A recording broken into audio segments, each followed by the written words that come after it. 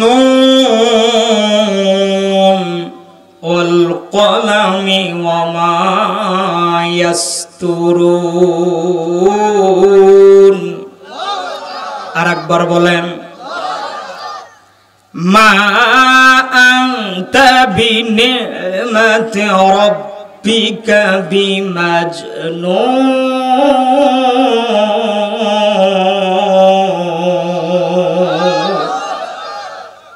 নির্ভেজাল কিছু কথা বলার জন্য এরাদা করেছি বাড়ির থেকে বের হওয়ার পরে। মনোযোগ দেন, আপনাদের কাজে লাগবে, খালি শোনেন। প্রাণের ভাইয়েরা আমার, কোরআনের তাফসীর করতে গেলে 19টা ইলমের দরকার। আমি মানুষ যেমন দেখতে ছোট, আমার ইলম কালামও ছোট। স্টেজে এবং নিচে এমন অনেক মানুষ আছে যাদের জুতো টানার ছাত্র হওয়ার যোগ্যতা আমার নাই। ভালো করে করতে গেলে যে সমস্ত ইলম মাস্ট বি, লাগবেই। 1 নম্বরে হলো নুজুলুল কোরআন, 2 নম্বরে ইলমুল লুগাত, ইলমুন নাহু, সরফ, বালাগাত, মানতিক, ফাসাহাত, নসেক, মানসুখ, এরকম 19টা বিদ্যার দরকার হয়। আমার 19টা বিদ্যায় পারদর্শী নয়।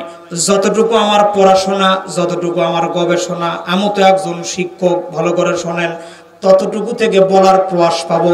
আমার কাছে বারবার বলা হচ্ছে, এলাকার মধ্যে অনেক মানুষ আছে যারা মনোযোগ দেবেন তারাই ওয়াজ বুঝবেন, আর মনোযোগ দেবেন না ওয়াজও বুঝবেন না। আজকে কোরআনের তাফসীর হবে এখানে, আর আগামীকাল এর ব্যাখ্যা বিশ্লেষণ হবে 7 দোকানে। কি ওয়াজ করা গেল, ওই জায়গার ওয়াজই ভালো হয়েছিল। গভীর ভাবে মনোযোগ দেন। 1 নম্বরে নুজুলুল কোরআন। সূরাতুন নুন কলম কখন নাজিল হইল, কোন প্রেক্ষাপটে নাজিল হইল, কোন জায়গায় হইল, মনোযোগ দিয়ে দেন। ইসলামের প্রাথমিক যুগে যে সময় রাসূলের সঙ্গে মাত্র কয়েকজন মানুষ, দিনের বেলায় রাসূল যোহরের নামাজ আর আসরের নামাজের ইমামতি করার সময় তেলাওয়াত আস্তে করে। আপনাদের এই কাদিরপুর পশ্চিম পাড়া নুরানি এই যে মসজিদে এশার নামাজের সময় কেরাত জোরে পড়ে না আস্তে পড়ে? হ্যাঁ, জোরে পড়ে। আমাদের ওখানেও জোরে পড়ে, মারহাবা গণ। আপনাদের এখানে ফজরের নামাজের সময় কেরাত জোরে পড়ে না আস্তে পড়ে? হ্যাঁ, জোরে পড়ে। বলেন তো যোহরের নামাজের সময় জোরে পড়ে না আস্তে পড়ে? কেন কেন বলেন তো দেখি, জানেন? হ্যাঁ, তাহলে খালি কোন হুজুর ওয়াজ করেন, তাফসীর করেন, কি তাফসীর বোঝেন আগে। যোহর আর আসরের সময় কেন এই যে কেরাত আস্তে পড়তে হয়, মাগরিব এশা ফজর এর সময় কেন কেরাত জোরে পড়তে হয়? কোন বক্তার কাছে আপনারা প্রশ্ন করেছিলেন? গতকাল এক বক্তা আমার কাছে, মানে আমি আমার মসজিদ খতিব, তো আমি আজকেই, জি আমি আমতলী মসজিদের খতিব, একটা ছোট্ট বাচ্চা আমার কাছে প্রশ্ন দিচ্ছে। 2টা যুবক ছেলে প্রশ্ন। এখন তো যুবকের বুদ্ধি খালি হলো হুড়ে বুদ্ধি। হুড়ে বুদ্ধি যদি না থাকতো, কোন ভালো মোটর সাইকেল সাইলেন্সার কাটিয়ে নিয়ে ওটা খুলে ফেলে দিছে, যখন পিকআপত টান মারে গোটাল কাদিরপুর লড়ে ওঠে। বা আপনি কথা করছেন না কা? জোরে কোন তো, জোরে কোন তো, কথাটা কবা কোন তো, কি কথা কই না কেন? আমি কি মিছা কথা বললাম? এই যুবকরা ভাই একটু হাত দেখাও তো, ঠিক না? মানে জোরে বলো। কেবা ভালো হুন্ডা তোর বাপ তো কিনে দিল না, এই হুন্ডার সাইলেন্সার কাটে তুই যখন পিকআপের টান মেরে যাস, ঠিক কোনো নাম চলে গেল। কে গেল? বা আরো জোরে বলেন না কেন, কে গেল? আলামিন কই? হ্যাঁ, এই হলো অবস্থা। ভালো করে শোনেন, গভীরভাবে লক্ষণীয় কথাটার মধ্যে কি শিক্ষা, একটু মনোযোগ দেন। এই যে সূরাতুন নুন কলম যখন রাসূলের উপরে নাজিল হয়, খুব অল্প সংখ্যক মানুষ রাসূলের সাথে। প্রাণের ভাইয়েরা আমার, দিনের বেলা রাসূল মসজিদে নামাজ পড়ার সময় কেরাত জোরে পড়তে পারে না। যেমনি শোনেন নাই শুনেলেন, কেন পড়ে নাই? কাফের মুশরিকদের ভয়ে পড়তে পারত না।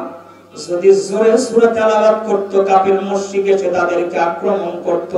এজন্য রাসূল হুকুম করে দিলেন, দিনের নামাজগুলোতে কেরাত তোমরা স্লো করো, আস্তে পড়ো, ধীরে পড়ো। আর রাতের নামাজগুলোতে কাফের মুশরিকরা ঘুমিয়ে অচেতন থাকে। তোমরা যত তেলাওয়াত করবা তত মজা পাবা, যত তেলাওয়াত করবা তত মজা পাবা। চিৎকার করে বলেন না কেন আল্লাহু আকবার? দেখো পাকিস্তানি জিয়া মরলো দুর্ঘটনায় ভাই, বিমান পুরে ছাই হইল, কোরআন পড়ে না। আল কোরআনের বিজয় নিশান, আল কোরআনের বিজয় নিশান তামাম বিশ্বে বিদ্যমান, তবু বিশ্ব থেকে হারাবে না পবিত্র কোরআন। আলোচনা চলবে না বন্ধ? পিছন থেকে বলেন চলবে না বন্ধ? চলবে। ভালো করে শোনেন। তাহলে কি বুঝতে পারলেন কেন এই জোহর আর আসরের সময় কেরাত ধীরে পড়তে হয়? কথা কয় না। আপনারা যদি কোনো তাফসীর জানা থাকে আমার কাছে বলেন, আমি আপনাদের কাছে শিখে বাড়ি চলে যাবো, কোনো সমস্যা না। আমার তো ভুল হইতেই পারে, কি কথা কন না কেন? আপনারা কি বুঝতে পারলেন কেন জোহর আর আসরের কেরাত আস্তে পড়তে হয়? বুঝতে পারছেন? হ্যাঁ, ভালো করে শোনেন প্রিয় ভাইরা আমার। বলেন তো 2 রাকাত নামাজের সিজদা কয়টা? কথা দেখেন, নামাজ না পড়লে কেমনি কবি? খালি করছে যে ভালো ওয়াজ করেন, ভালো ওয়াজ করেন, আর কালকে সকালবেলা বেরি খাবে রইলে ওয়াজ করে গেল কেন? কথা কন না কেন? হ্যাঁ, এরকম দেওয়ানে আছে না নাই? জোরে বলেন তো, আছে না নাই? হ্যাঁ, ভালো করে শোনেন। 2 রাকাত দেখবেন যারা কথা বলতেছে না তারা নামাজই পড়ে না। 2 রাকাত নামাজের সিজদা কয়টা? হ্যাঁ, আরো জোরে। জোর হলো না। হ্যাঁ, কয়টা? হ্যাঁ, 4টা তো। হ্যাঁ, আমাদের এলাকায় 4টাই দেয়। তাহলে বলেন তো এমন কোন নামাজ আছে যেই নামাজে 20টা সিজদা দিতে হয়? সুবহানাল্লাহ হয় না কেন? আরো জোরে বলেন। আপনারা কি জানেন এটা কোন নামাজ? জানেন? আমি কি কমু? কথা কয় না, কমু? অবশ্যই কমু। তারপরে স্টেজ থেকে নামু। এতে রাত থাক, না হলে যাক। হ্যাঁ, ঠিক তো নাকি বলেন? সামনে চলেন। যে সময় রাসূলের সাথে অল্প সংখ্যক সাহাবী, তো আমি যে কথাটা বলতেছিলাম, আমাকে আজকে নামাজের আগে একটা যুবক ছেলে প্রশ্ন দিয়েছে, হুজুর এই যে পূজার প্রসাদ খাওয়া যাবে কিনা? কথা বুঝেন না? কি খাবি বা? আমি বললাম, বা তুই দুনিয়াতে এত জিনিস থাকতে তোর প্রসাদই খাবার মন গেল একেবারে? দুঃখ থোয়ার জায়গা, এই দুঃখ কি থোয়ার জায়গা আছে? আমি বললাম, এই প্রশ্ন যিনি দিচ্ছেন দাঁড়ান। আচ্ছা, কোন তো দাঁড়ানোর মতো সাহস হবে? দেখি খালি মাথা সাপো করে। তার মানে বোঝা যায় আপনারা কাদিরপুরবাসী সত্য একটা কথা বলবেন, আজকে যে তাফসীর মাহফিল ছাড়া আপনারা যে ঈদের নামাজ পড়েন, এই ঈদের নামাজে আপনাদের সামনের কাতারে মনে হয় সনাতন ধর্মের ভাই থাকে, হ্যাঁ, হিন্দু ভাইরা থাকে। তাহলে আপনাদের অনুষ্ঠানে তারা আসে না, আর আপনি প্রসাদ খাবার মাসলা জানতে চাচ্ছেন। আপনি কেমন মুসলমান আর কেমন ইমানদার, আর এই দেশে আপনি শান্তি চাচ্ছেন? আপনার লজ্জা থাকা দরকার। আওয়াজ তুলে বলেন না কেন? ঠিক না ঠিক? কোন মুসলমানের বন্ধু অন্য বিধর্মী হইতে পারে না, হতে পারে না। এটা আমার কথা নয়, এটা আল্লাহ পাকের কথা। হ্যাঁ, ঈমান থাকলে ওই পাগলেরই আছে। মুসলমানের বন্ধু কখনো অন্য ধর্মের মানুষ হইতে পারে না। যদি যে যাচ্ছে বা যে যায়, বুঝবেন ওটার মধ্যে সমস্যা আছে। আপনি ভোট চাওয়ার জন্য যাইতে পারেন, আমার আপত্তি নাই, কিন্তু আপনি যদি ওই জায়গায় গিয়ে ওয়াজ শুরু করে দেন, তার মানে বোঝা লাগবে আপনি ভোটে জিতার পরে সমস্ত চাল আর তেলগুলো আপনি খাটার নিচে রাখবেন। আমার কথা কি বোঝা যাচ্ছে? আপনি ওখানে যাইতে পারেন, তাদেরকে সাহায্য সহযোগিতা করতে পারেন, তাদের উৎসাহ দিতে পারেন, কোনো আপত্তি নাই। ওরা ওদের ধর্ম পালন করবে, আপনারা আপনাদের ধর্ম পালন করবেন, কোনো দ্বিমত নাই, কোনো রকমের প্রশ্ন নাই। বরং তাদেরকে ওদের ধর্ম পালন করার জন্য নিরাপত্তা দিবেন, এটাও হাদিস। তাদেরকে নিরাপত্তার সহিত তারা যেন ধর্ম পালন করতে পারে। কিন্তু আপনি ওখানে যায় যদি সেই রকম বক্তৃতা শুরু করে দেন, তার মানে বোঝা যাচ্ছে আপনার মনের মধ্যে সমস্যা আছে। আমি মনে হয় কথা বুঝাইতে পারলাম না আপনাদের। সব কথা। সামনে চলেন, সময় বড় কম, কিন্তু আপনাদের চেহারা দেখে মনে হচ্ছে আপনারা ওয়াজ শোনার জন। ঠিক না? বলেন। সামনে চলেন। রাসূলের সঙ্গে অল্প কিছু মানুষ। এমন সময় আবু জেহেল ভোটের তারিখ তারিখ ঘোষণা করে দিল, পুরো মক্কা আবু জেহেল নিয়ন্ত্রণ করে। তাফসিরে ইবনে কাসির সূরাতুন নূন কলম পবিত্র কোরআনের 68 নম্বর সূরা সূরাতুন নূন কলমের তাফসির এবং শানে নজুল খুলে দেখেন, ইসলামের বিরোধিতা সর্বপ্রথম মক্কার জমিনে করেছে এক নম্বরে আখনাস বিন শুরাইব। এদিক তাকান। এক নম্বরে আপনাদের যাদের জমিতে মাজরা পোকা ধরে, কি পোকা? মাজরা। এই মাজরা পোকা না, আপনাদের মাজরা পোকা না, অনেক কিছু ভিড়তাকো দেন, এরপরে ফনি দেন, তারপরে নিট শট মারেন, কত কিছু মারতেছেন। এই চারজন কাফেরের নাম খালি লিখে রাখবেন, টাঙ্গে রাখবেন। আগামীকাল থেকে মাজরা বন্ধ। যদি কথা মিথ্যা হয়, আগামী এই যে 30 অক্টোবর আমার মাহফিল আছে ইটোই, ওখানে কবেন হুজুর আপনি মিথ্যা কাজে দাও। কি কথা কি বোঝা যায়? তো তাকবীর দেন না কেন? নারায়ণ তাকবীর। মুখস্থি করেন। এক নম্বরে আখনাস বিন শুরাইব, 2 নম্বরে রাকিস বিন উনানা, 3 নম্বরে কাব বিন আশাব, 4 নম্বরে ওলীদ বিন মুগীরা, 5 নম্বরে আবু জেহেল। কটা বললাম? জোরে বলেন না কেন কটা বললাম? তাফসিরে ইবনে কাসির খুলে দেখেন প্রাণের ভাইরা আমার, মক্কাতে নির্বাচনের তারিখ ঘোষণা করা হলো। নির্বাচন নয়, ওখানে হবে সিলেকশন। ধরে নেন নির্বাচন। কোরআনের পক্ষে যিনি দাঁড়াইছেন কামলিওয়ালা নবী, মদিনাওয়ালা নবী, আর কোরআনের বিপক্ষে যিনি দাঁড়াইছেন তিনি হলেন টাক্কা আবু জেহেল। আগেও ছিল এখনো আছে, আগেকার স্টাইল আর এখনকার স্টাইল হয়েছে আলাদা। আগে ছিল পুরাতন স্টাইল, এখন হয়েছে আধুনিক স্টাইল। ভালো করে শোনেন, গভীরভাবে কথাগুলো মনোযোগ দেন প্রাণের ভাইরা আমার। আমাকে বাংলাদেশের সামনে নির্বাচন আসতেছে, কথাগুলোর সঙ্গে মিল করে নেবেন। দেখবেন খাপের খাপ মুমতাজের বাপ। আর আগামীকাল সকালবেলা 3 মাথা বসে মিলাবেন কার হইছে ক্ষতি আর কার হইছে লাভ। প্রত্যেকটা গ্রামের মধ্যে যেগুলো আলশেখানা আছে, আলশেখানা মানে হলো মাসাং। কথা কোন কাকা? মাসা বুঝেন না? মাসাং এই মাসাং গুলো এখন আগে দখল করতো মুরব্বীরা, আর গ্রামের মাসাং এখন দখল করে মহিলারা। আমি মনে হয় মিথ্যা কথা বললাম। এটা মিথ্যা কথা বলছি, এটা মিথ্যা কথা বললাম। হ্যাঁ, মুরব্বীর চাইতে ওয়ার্কেরে বেশি পেশাল। কার ছেলে কোন জায়গায় গেল, কার মেয়ে কি হইল, ওর আছে আটা সালা আর ওই খোঁজে হলো খই সালা। ওর নিজেরটাই আটা সালা আর ও খুঁজে খই সালা। কথা বলেন না কেন? দেখতে পারেন জোরে বলেন। এলাকার মা বোন আগামীকাল বলবে হুজুর জান মরে যায়, হুজুর জান মরে যায়। মা বোন আপনাদের জন্য কথা হবে, ভালো করে শোনেন। এই 5 জন কাট্টা কাফির সর্বপ্রথম কোরআনের বিরোধিতা শুরু করে দিল। নির্বাচনের সময় ঘনিয়ে আসলো, সময় বড় কম। ভালো করে শোনেন প্রাণের ভাইরা আমার, আলোচনা চলতেও আমার বড় ভয় হচ্ছে। কভার করতে পারবো কিনা জানি না। মনোযোগ দেন, যতটুকু থাকে কি হবে না হবে আল্লাহ পাকে ভালো জানে। ভালো করে শোনেন, কোরআনের পক্ষে যিনি নড়বেন কামলিওয়ালা নবী। ওমা আরসালনাকা ইল্লা রাহমাতাল লিল আলামিন।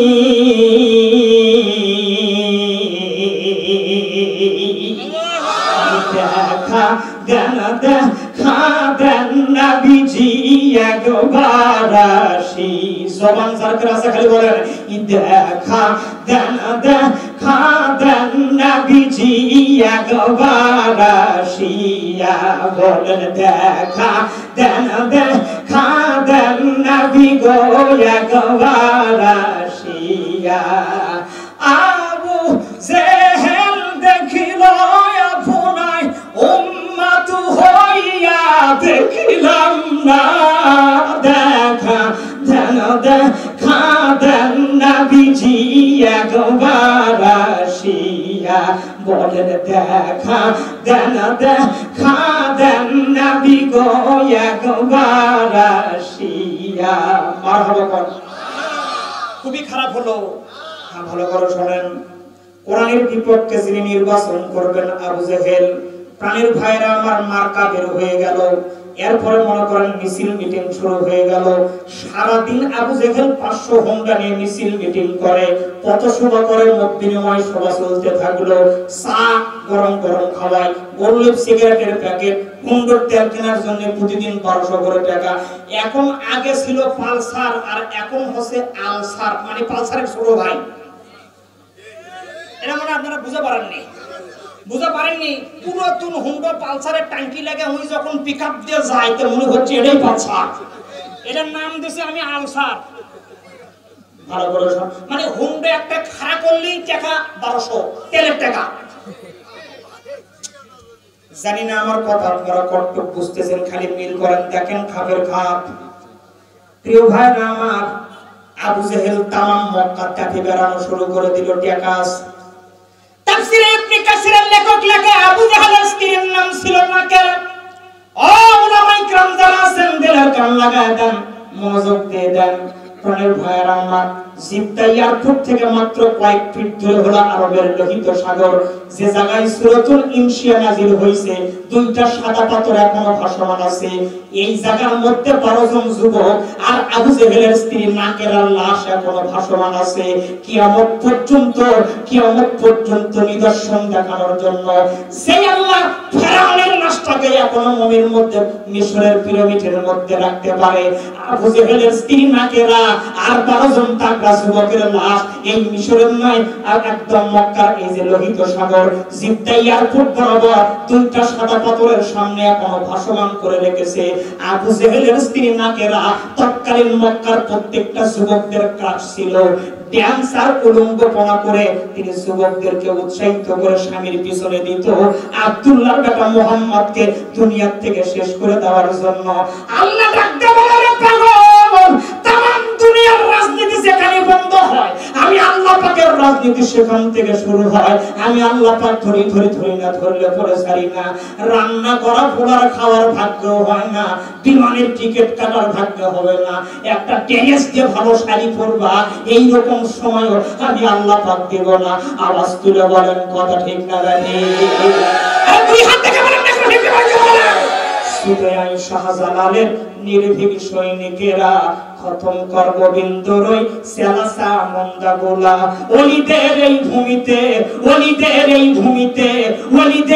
ভূমিতে বিপ্লবেরই মশাল জ্বালা। ছুটে আই শাহজালালের নির্ভীক সৈনিকেরা।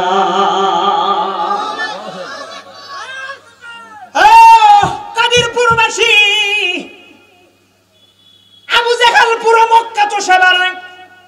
রাহমাতাল লিল আলামিন নবী গরিব মানুষ, খেজুর পাতার ছাউনির নিচে ঘুমায়। গোল্লিপ সিগারেটের টাকা কই পাবে? 1000 করে পেট্রোলের টাকা কই পাবে? গরম চা তা কই পাবে? পোস্টার ছাপানোর মতো টাকা নাই। একজন নেতা, একজন কর্মী। নেতা হলেন রাহমাতাল লিল আলামিন আর কর্মী হলেন আবু বকর সিদ্দিক। মনোযোগ দিয়ে দেন। আল্লাহর কোরআন হাতে নিয়ে বলি না কাদের পরবাস। আলোচনা কি হবে না হবে জানি না। রাসূলের মুহাব্বত, কোরআনের মুহাব্বতে যাদের দিলটা আজকে নরম হয়ে যাবে, চোখের কোণায় যদি নাসির কল্লার মতো পানি আসে, আল্লাহর কোরআন হাতে নিয়ে বললাম এই মাহফিল কিয়ামতের ময়দানে নাজাতের জরিয়া হয়ে যাবে। সারাদিন আবু জেহেল চষে বেড়ায় পুরো মক্কা। রাতের অন্ধকারে সাইয়েদনা মুহাম্মদুর রাসূলুল্লাহ সাল্লাল্লাহু আলাইহি সাল্লাম একজন কর্মীকে নিয়ে মক্কার ঘরে ঘরে গিয়ে ডাকতে বলে, রে মক্কাবাসী, তোমরা জানলে হবে খুশি, আমি তোমাদের জন্য রহমত হয়ে এসেছি। আমি যদি মক্কার পার্লামেন্টে যাই, মক্কাতে কোনো বিজিবির কার্ড বিক্রি হবে না। মক্কাতে বিধবা ভাতার কার্ড করে দেওয়ার জন্য 5000 করে টাকা দেওয়া লাগবে না। রাস্তায় টেন্ডার হবে 7 ফিট, রাস্তা করে দিবে 5 ফিট, এমন হবে না।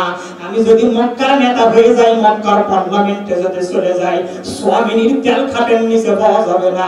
তাম দুনিয়ার বিক্রি হয় মিটার দিয়ে, আর বিজেপির চাল মাপা হয় বালতি দিয়ে।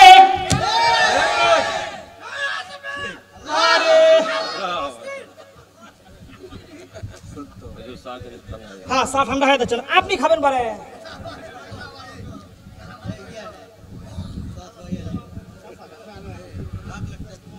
আলোচনা চলবে না বন্ধ? জোরে বলেন চলবে না বন্ধ? আরে দুই হাত দেখান লাগবে, ঠিক না? জোরে বলেন। পিছন থেকে যারা হাত তুলতেছেন না করে ভূত মারেন তো।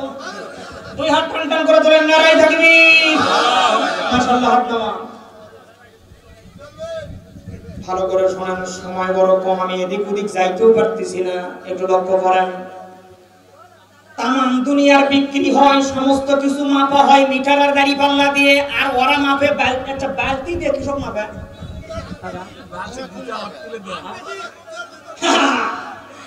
আহা পাগল তিতা মিঠা বোঝে না, পাগলার জিলাপি দিও না। লঙ্কায় যারা যায় তারাই হনুমান হয়ে ফিরে আসে।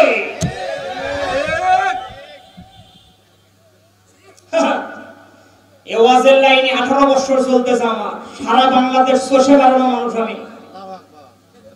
ভালো করে শোনেন, দিনের নবী মক্কাবাসীদের কাছে ডাক দিয়ে বলে, মক্কাবাসী,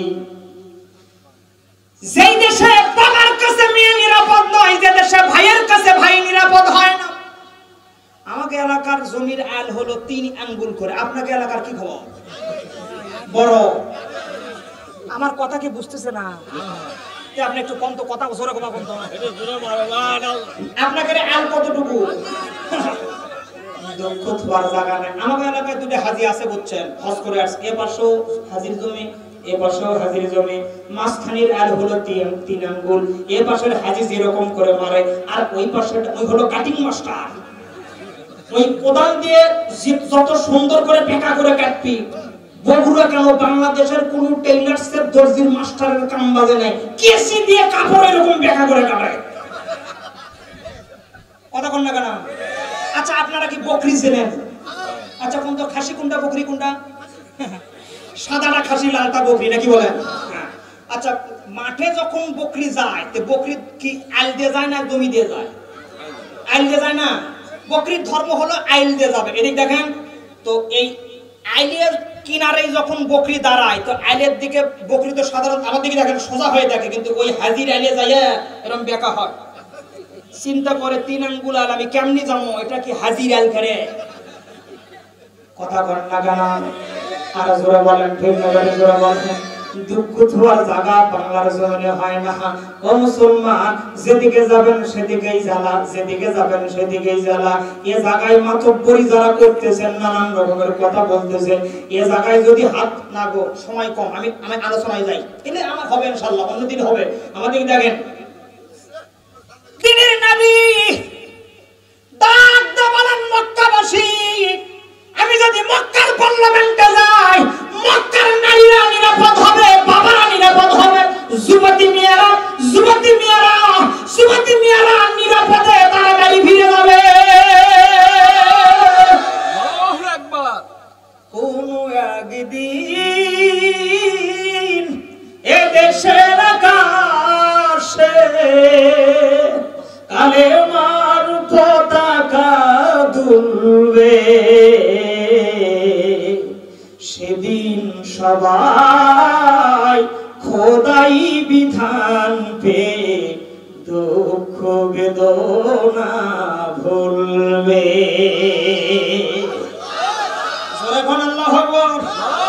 চলেন সামনে চলেন, জায়গা মতো যাওয়া দরকার। দিনের নবী রাত্রে বেলায় ওয়াজ করে আসে, পরের দিন ওই মানুষ মুসলমান হয়ে যায়। আরো জোরে। নির্বাচনের সময় আছে আর মাত্র 2 মাস। আবু জেহেল রাতের বেলা চিন্তা করে, আমার টাকা আছে, সৈন্য আছে, হুন্ডা বাহিনী আছে, গুন্ডা বাহিনী আছে, পিস্তল বাহিনী আছে, থারুদার আছে, আমার নানান রকমের লেভেলের লোক আছে, সিএনজি বাহিনী আছে, এত কিছু থাকতে পারে। আমার ভাতিজা আব্দুল্লাহর বেটার একটা জিনিস আছে মক্কাতে, সবাই এক বাক্যে চিনি, আব্দুল্লাহর বেটা জন্মের পর থেকে আজ পর্যন্ত কোনোদিন জবান দিয়ে মিথ্যা কথা বলে না।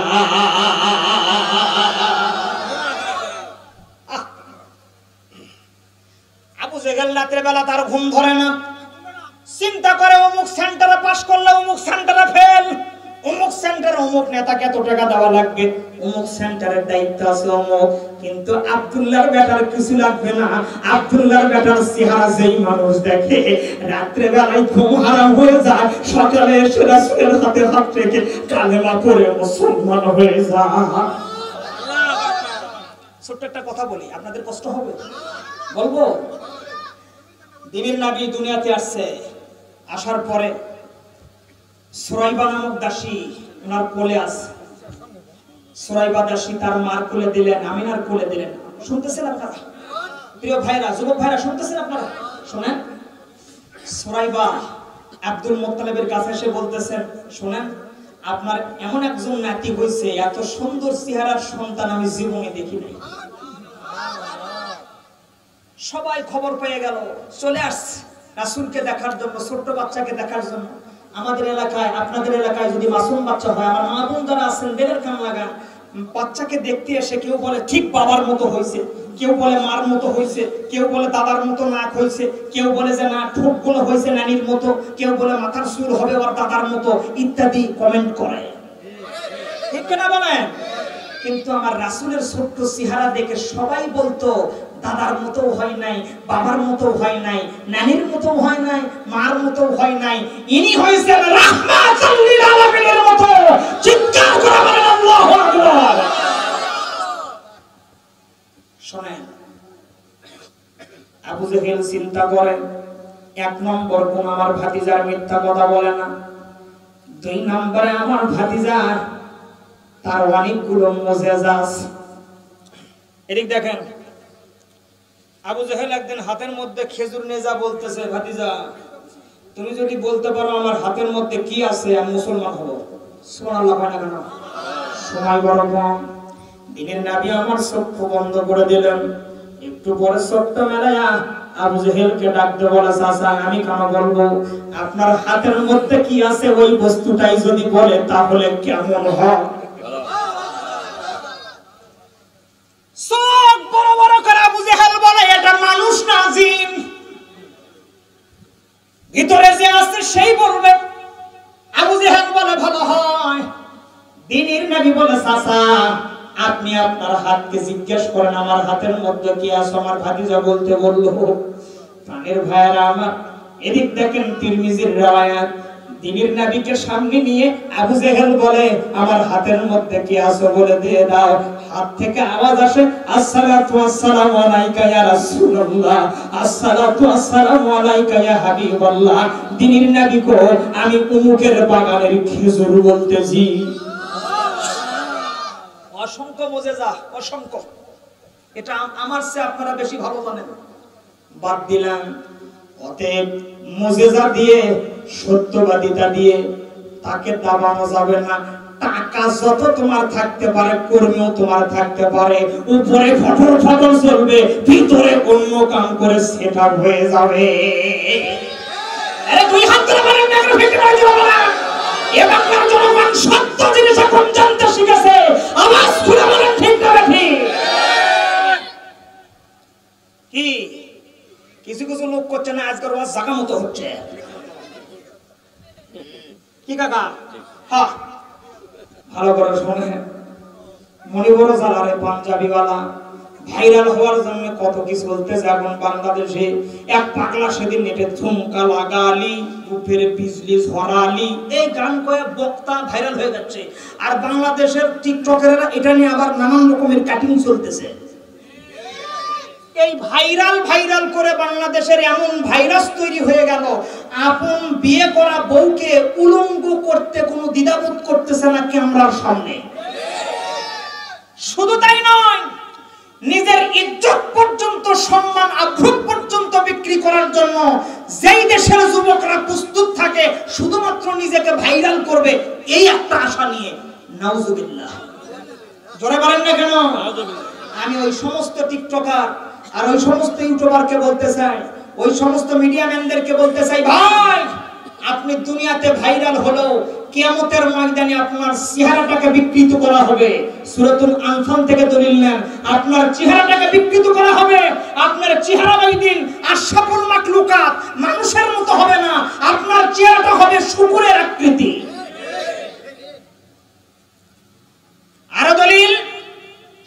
দাইয়ুস শব্দ ব্যবহার করা হয়েছে যারা বেপরদায় চলাফেরা করে, মাসাঙ্গে বসে যারা আলাপ করে, এটা মনে হয় আমার স্ত্রী ওই জায়গায় বসে, হিন্দুদের স্ত্রীরা ওই জায়গায় বসে, কথা না বলে হবি। এটা আমার মা, আপনার মা, আপনার বোন, আমার বোন, আপনার শাশি, আমার শাশি, এই তো নাকি বলেন? তা আমার স্ত্রী যদি উলঙ্গ হয়, আমার স্ত্রী যদি বেপরদায় চলে, এই দোষ মনে হয় এই চাচার ভাগত যাবে, এই চাচার ভাগত যাবে, কার যাবে? নিজের আসবে। এদেরকে দাইয়ুস বলা হয়। দাইয়ুস মুজাক্কারের সিগা। কিয়ামতের ময়দানে যারা বেপরদা হয়ে মিডিয়ার সামনে এসে নিজেকে উলঙ্গ বেহায়াপনা দেখাচ্ছেন আর ভাইরাল হওয়ার চিন্তা করতেছেন, এদের চেহারা কিয়ামতের ময়দানে শুকরের আকৃতি হবে। রাসূল বলবেন, আল্লাহ এদের চেহারা এরকম হয় না কেন? আল্লাহ ডাকতে বলবে, দুনিয়াতে এরা উলঙ্গ বেহায়াপনা করে চলতে, এই জন্য এদের চেহারা শুকর আকৃতি হয়েছে। আর সফল মাখলুকাত তো কখনো আল্লাহর হুকুম ওভারটেক করতে পারে না। চিৎকার করে বলেন, কথা ঠিক না ঠিক?